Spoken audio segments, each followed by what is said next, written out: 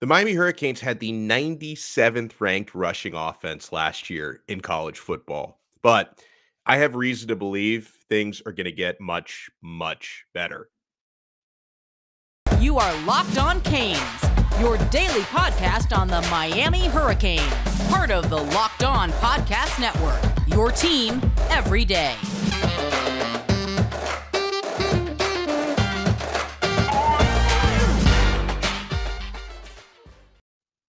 I am Alex Donno, your host. I'm a University of Miami alumnus, longtime South Florida sports radio vet, including pregame and postgame for Miami Hurricanes football. And guys, thank you so much for making Locked On Canes your first listen every day. We are available free. If it's free, it's me, on Spotify, Apple Podcasts, Odyssey, wherever you get your pods, and we are available free on YouTube. So smash that thumbs up button if you're watching us on YouTube. By popular demand, we are breaking down a very deep position group for the Canes this year, perhaps the very deepest, and that's the running backs room. Miami did lose from last year. Cameron Harris, trying to go pro, and Cody Brown transferred to Virginia. I'm sorry to see Brown go, but honestly, Miami has so much left. I don't think we're going to miss him one bit. Now, some of our listeners and some of the folks that I interact with, I live very much in a Miami Hurricanes bubble, so I interact with a lot of fellow Canes fans, have told me that in their minds, this year's group is going to be the deepest running back group that Miami has had since Portis, McGahee, Gore, and Najee Davenport were all in the same running back room in 2001. Now, it's early in the morning when I'm taping this. I'm not yet drunk enough to compare this current group to that group, at least not yet. They have a lot to prove on the field, and I'd love to see them try to prove it, but I do agree. This stable is super deep, and I think there are a ton of possibilities here. So throughout this episode, we are going to talk about who Miami has at running back, where they came from, how we project them coming up in the 2022 season. And we're going to make predictions. Who's going to be the starter? Who's going to be the leading rusher? Who's going to be the leading touchdown scorer? And let's also talk about how Miami's running backs overall and Miami's running game produced last year. And they were decimated by injury last year, which didn't help. But how Miami produced in the running game last year compared to Oregon and compared to Michigan, where our head coach and our offensive coordinator, Josh Gaddis, came from. Let's start with Jaylan Knighton, the Rooster. I promise I'll never do that again. Miami's leading rusher from last season missed the early part of the year for suspension. 561 yards for Jaylan Knighton on 145 carries. That's 3.9 yards per carry. He found the end zone, though, a lot. More, in fact, than anyone else on the team, wide receivers, running backs, tight ends. 8 rushing touchdowns and 3 receiving touchdowns, 11 TDs for Mr. Knighton. He was Miami's 6th leading receiver, 280 yards on 20 catches. 4-star recruit was Jaylan Knighton, and the 10th running back in his class, in the class of 2020. Miami's got a bunch of guys in the class of 2020 in their running back room. Out of Deerfield Beach, he is going to be a third-year sophomore this year. Now, here's a new piece, a new face to add into the mix. Although those of us who paid attention to the spring, we got a steady dose of Henry Parrish. Henry Parrish is a transfer from Ole Miss. He's a junior this year, but from that same class of 2020 that the Rooster was in. Last year with the Ole Miss Rebels, 553 yards on 105 carries. That was a really good 5.3 yards per carry. He scored 3 rushing touchdowns last year. So like Jaylan Knighton, Henry Parrish also had impact as a receiver. These backs are both multiple. And that's important because honestly, guys, when we talk about who's going to start this year, it really comes down between Jaylan Knighton and Henry Parrish. I think that they are the only realistic candidates to be the starting running back at this point, and they are both multiple. They can run, they can catch. Parrish last year with Ole Miss, he caught 21 balls for 173 yards. Honestly, the biggest difference stat-wise, I think, well, there's a couple of them. One of them favors Parrish, one of them favors Knighton. The biggest difference is stat-wise. is Parrish had a significantly better yards per carry average, but he also played behind a different offensive line. Maybe Ole Miss's big eaters up front had something to do with that. So he had a bigger yards per carry average, but Rooster got into the end zone a lot more. Parrish, also class of 2020, coming out of Columbus High School, 4-star player, and he was the 18th ranked running back in his class. Then we get to Don Chaney. Remember him? It's been a minute.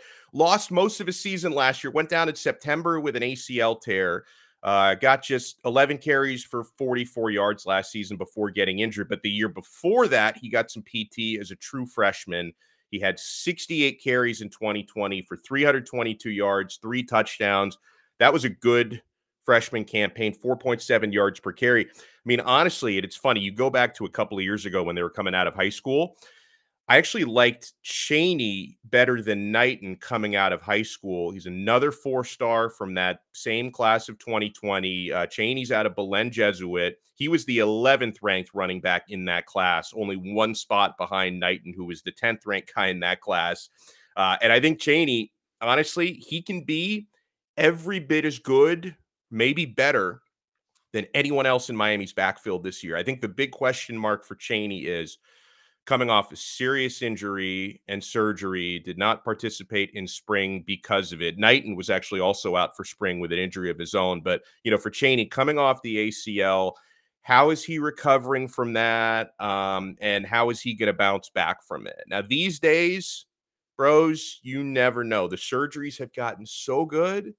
I mean, Adrian Peterson was like 50 coming back from ACL surgery back in the day, and he looked even better after the surgery. You never know, but I just wonder, how quickly Cheney's going to really be able to hit the ground running. So that's likely, it could very well be right there, the top 3 on the depth chart. But honestly, guys, I don't know. After Parrish and Knighton, I think anybody could kind of make a claim for the 3rd or even the 2nd spot if things go a certain way. So let's get into Thad Franklin next. He's heading into his sophomore season now. He was active in the spring when Knighton and Cheney were both out. And Thad Franklin, he really impressed me in the spring game. If you go back and listen to our episode from a couple of months ago that we did immediately after the spring game, I talked a lot about Thad Franklin. I may have talked more about Franklin than almost anyone else on that episode. He's always plowing forward, always moving for extra yards, never falling back behind the line of scrimmage. He's bigger than the other 3 backs that we've talked about so far. He's carrying around 225 pounds at about 6 foot.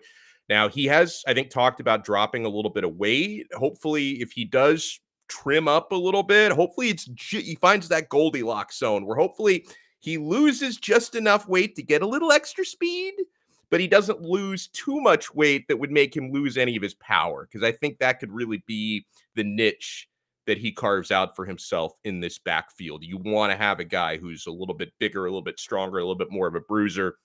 So let's talk about Thad Franklin last year. 23 carries for 172 yards rushing, limited action last year, but that was good for an awesome 7.5 yards per carry. He had 2 rushing touchdowns. Franklin, he came to the U in the class of 2021 as a 4-star recruit out of Chaminade, Madonna. He was the 15th ranked running back in his class. Let's get to the shining new face. We got a couple new faces in the backfield, one of them being the transfer Parrish, but the other right out of high school, ready to dominate, we hope, TreVonte Citizen.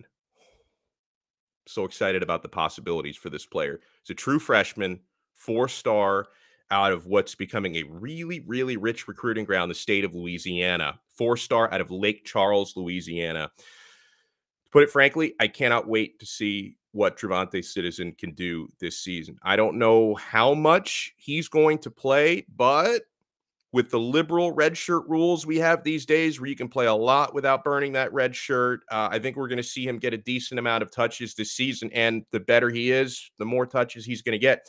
He was, coming out of high school, the 9th ranked running back in his class. That's the class of 2022. He's got some good size already, by the way, at 6 foot, 217 pounds. I don't know how much you guys weighed when you were like 17, 18 coming out of high school. Like I was big when I was coming out of high school. I was like big into weightlifting, like when I was 17, 18, and I was like trying to put on more weight, and I was like 6 foot, 185, 190. And I was like, I want to put on more muscle and more size. This dude coming out of high school is already 217 pounds. So I know that once he gets with Coach Feld and that crazy mustache, they're going to try to get this guy even bigger and stronger, TreVonte Citizen. So in high school, by the way, this is another thing that I like about him. He played both running back and linebacker, two-way guy in high school. So he doesn't shy away from contact. Really good burst, really good one-cut guy. Will not have any problem plowing over defenders, plowing over linebackers. He plays linebacker himself, or at least he used to. So, yeah, I think TreVonte Citizen is going to be a solid addition to this group. And just for, for bleeps and giggles, I'll also throw in Devin Perry, the walk-on, who had a really good spring game. Now, remember, he got some touches in the spring game because so many guys were out. Citizen hadn't arrived yet. He was not an early enrollee.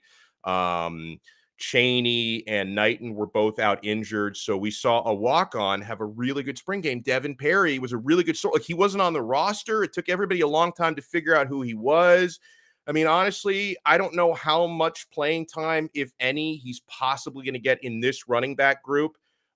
He also, from what I understand, coming out of high school, has experience playing receiver and corner. So I wonder if Miami might try him at other spots. I'm sure he'll get some special teams playing time, possibly. So I don't really factor him in as like an actual possibility to get heavy reps at running back this year. But I did want to throw Devin Perry a shout out because he was one of the better stories coming out of Miami's spring game. So, all right, we're going to make predictions coming up here, guys. Starter, leading rusher, breakout sleeper. It's a lot of fun when you have a good group like this. You know what else is fun? Built Bar. Biting into that amazing caramel brownie. You will not believe, guys, that this is a protein bar. You're going to think this is a candy bar that's terrible for you. No, it's actually a really healthy snack. Don't you love a chewy chocolate brownie? What about a caramel brownie with caramel swirled on top? It's so good. What if I told you you can have all that chewy, chocolatey deliciousness plus 17 grams of protein? Yeah, I just had one this morning, in fact. You're in luck because caramel brownie bars are available at built.com right now. And you got to act fast, by the way, because they're a fan favorite and you never know when they could be flying off those shelves. Forget about dessert. These are better than dessert. Plus, the macros are unreal. Only 130 calories, 17 grams of protein, only 4 grams of sugar. I would replace a regular brownie with Built's caramel brownie bar in a heartbeat. And the best part about it is caramel brownie bars, they're covered in 100% real chocolate. With Built, you don't have to sacrifice tasty for healthy. You can have both. All of Built's bars are made with collagen protein, which your body absorbs more efficiently, and it provides a ton of health benefits. There are a million reasons that you should try Built bars, but for now, let's just say that caramel brownie will rock your world, and that's not an understatement. With Built, tasty is the new healthy. Go to Built.com and get your box of caramel brownies now. Go to Built.com, use promo code LOCKED15 and get 15% off your order. Use promo code LOCKED15 for 15% off at Built.com.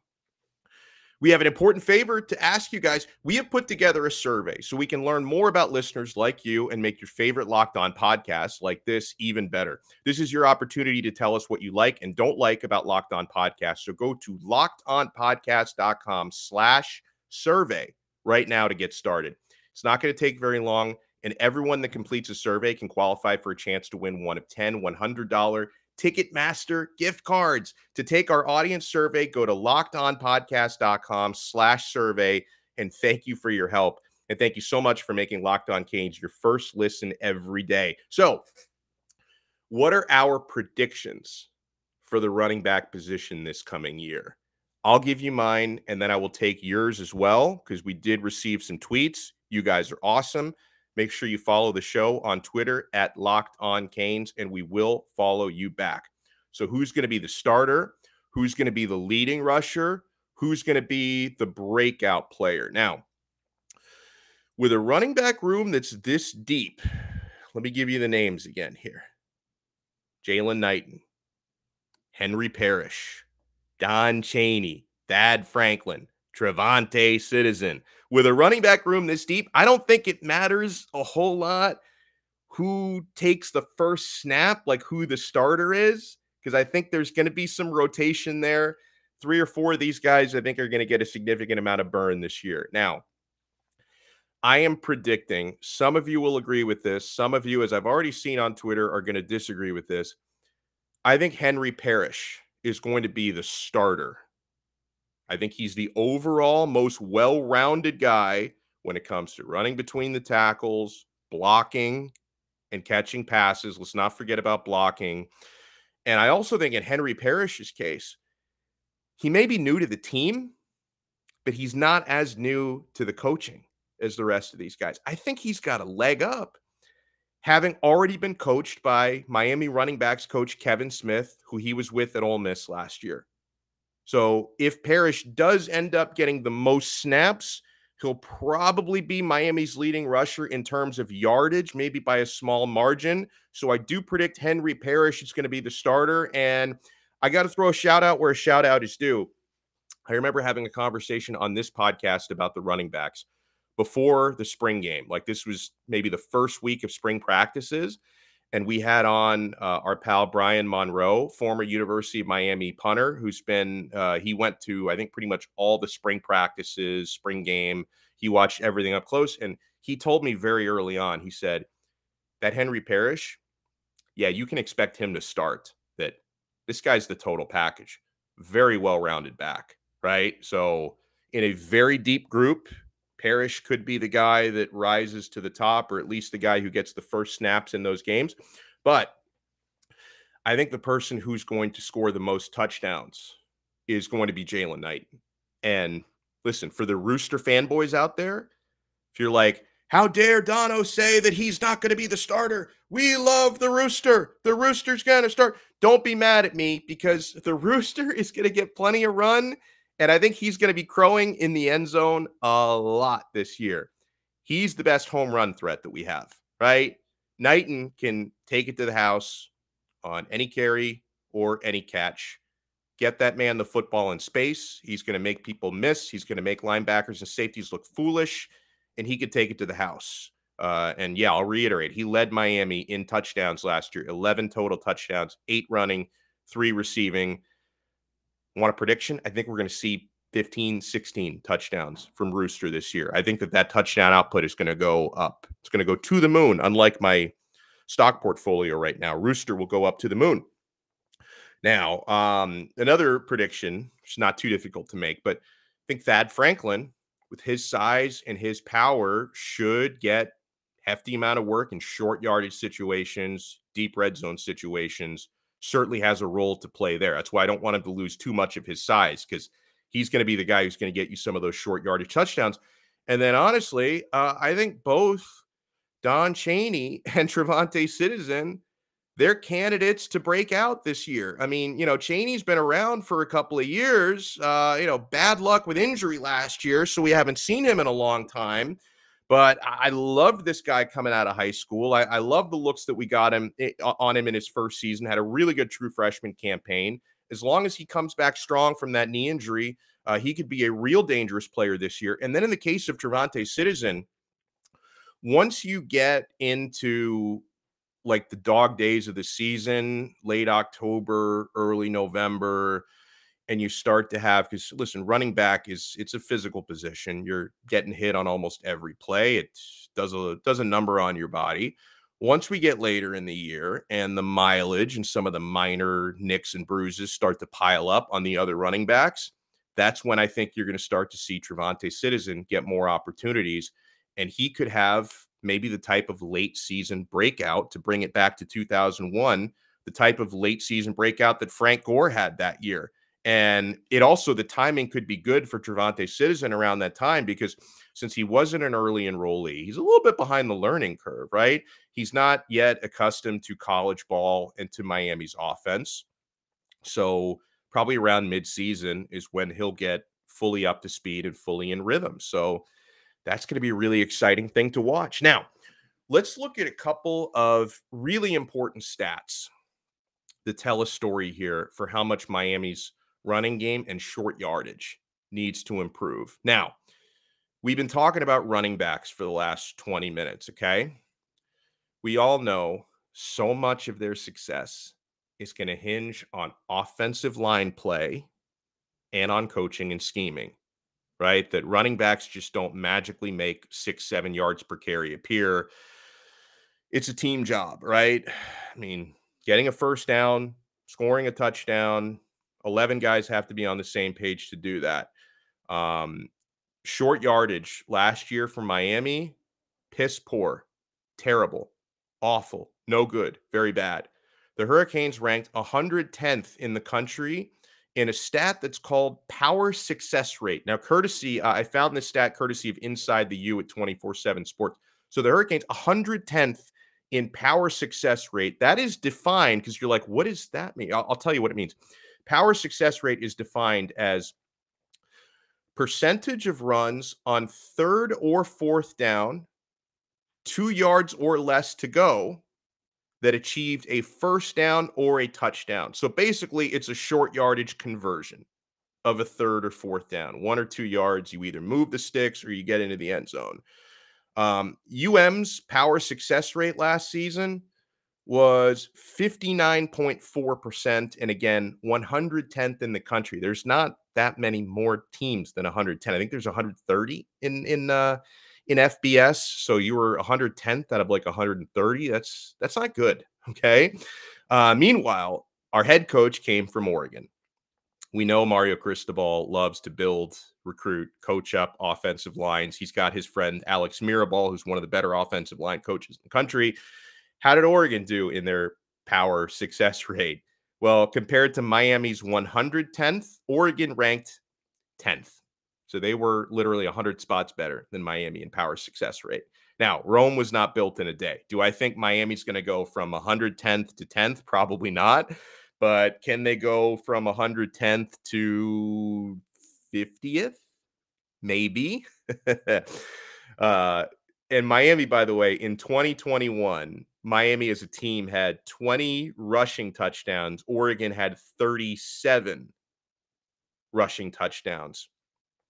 How about third down conversions? Miami wasn't very good. Actually, not as bad statistically as I thought they were.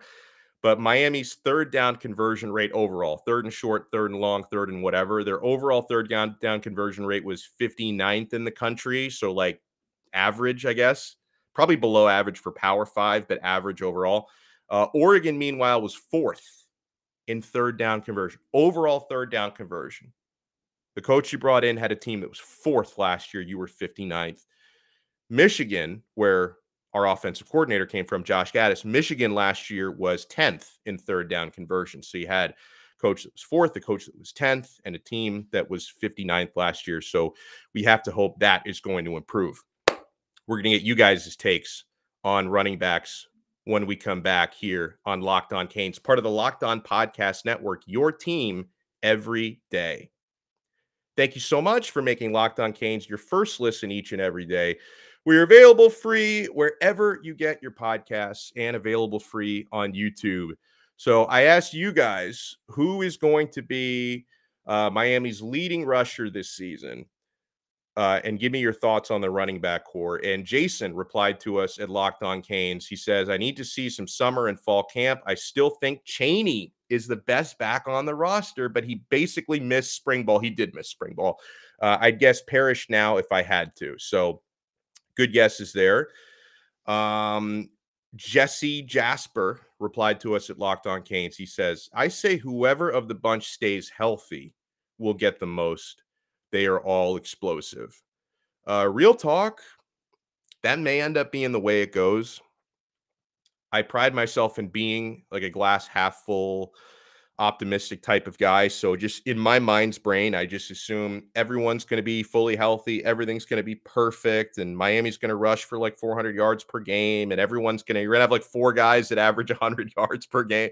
That's the way that my mind likes to work. But yeah, I mean, especially if you go by last year, because like by September, we already had Cameron Harris and Don Chaney both out for the season with injuries. So it was an injury-riddled group last year.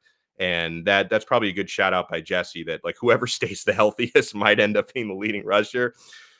Oh no. Better Duck responded to us. You know how Better Duck feels about these Miami running backs. He says, Canes have 3rd and 1 from the 48-yard line, and you can see Lou Headley, the punter, getting ready to take the field.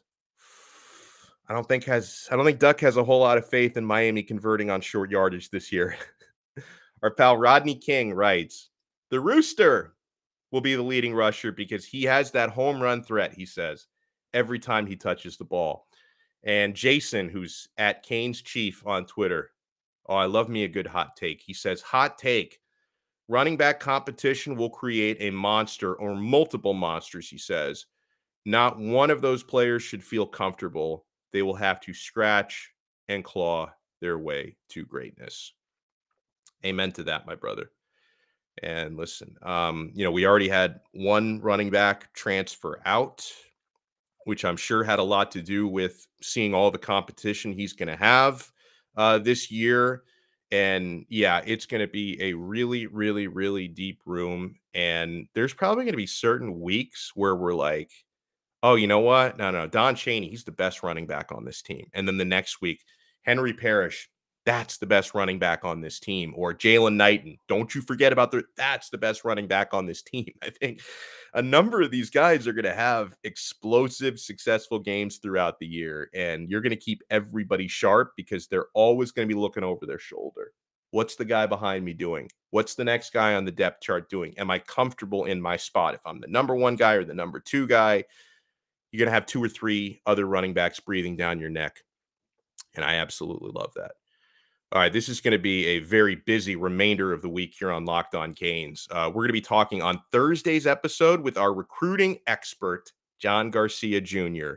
from Sports Illustrated. We're also going to be talking recruiting on Friday with our good pal Brad Tejeda from Canes Insight. On Wednesday, man, I'm thinking you guys can help me choose your own adventure. I was thinking of taking a deep dive at tight end on Wednesday's episode, the current depth chart and the recruiting efforts at tight end. If you guys like that, tell me you like it in the comments. If you'd prefer to talk about something else, like I don't know, I kind of feel like we might be due for a defensive line conversation as well. Whatever we do tomorrow, we'll do the other one within the next week, okay? So would you rather us talk about the tight ends or the defensive line tomorrow? Drop us a comment. Drop us a tweet at Locked On Canes, and you guys can help us choose your own adventure. But thank you so much for making Locked On Canes your first listen today. Now make your second listen. The Locked On NBA Big Board podcast, hosted by Raphael Barlow, gives fans the in-depth look into the biggest prospects, the latest player rankings, and of course, big boards. Follow Locked On NBA Big Board every day on the Odyssey app, YouTube, and wherever you get your podcasts. We will talk to you guys again tomorrow on another episode of Locked On Canes, part of the Locked On Podcast Network, your team every day.